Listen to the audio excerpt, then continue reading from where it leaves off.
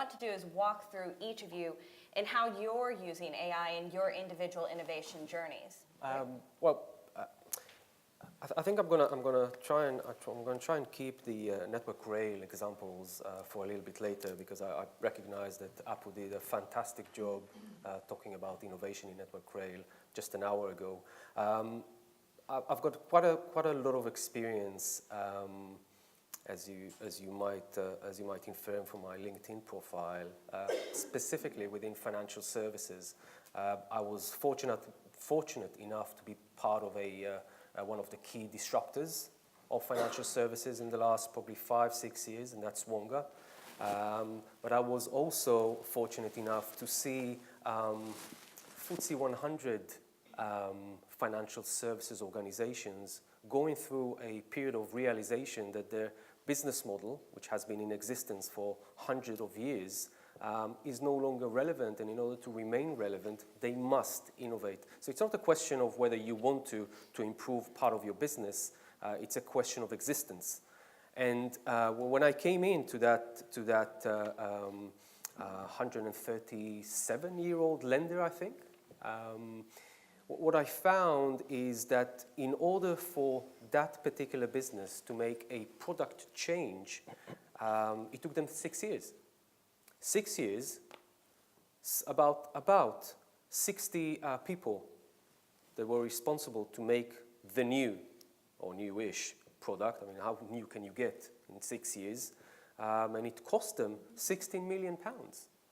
And when you look at it, and when you come from a technology background, it's staggering. You just cannot believe that a simple product change in your particular industry, vertical, or sector takes that long and costs that much. So at that point, innovation, as I said before, become a question of existence. So once we've created the revised technology strategy for that business, the first thing that we did was to show them how a product can be created. And you can't innovate without AI. Why? Because what's the one thing that we have too much of today?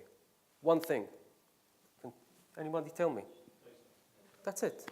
It's as simple as that. We've just got too much of it. And there's no human in the world that can consume 1 billion web pages. Google can. And the only reason that Google can is, again, the power of AI.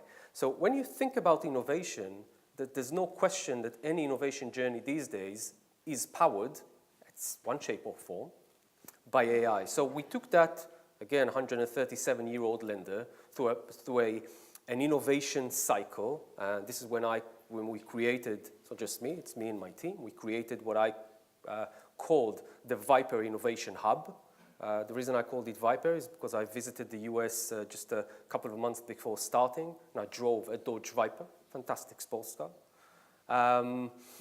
But what that Innovation Hub did, and you heard this quite a lot in this conference, is take an idea, a product idea, and bring it to fruition in a relatively short and cost-effective manner.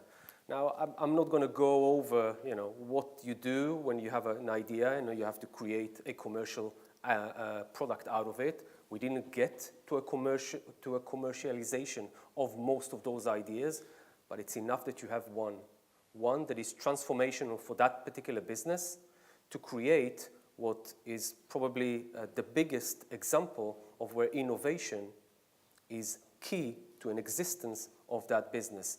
Now, I think this is where innovation and AI, I mean, again, the lines seem to be blurring, same as we talked about AI and machine learning before.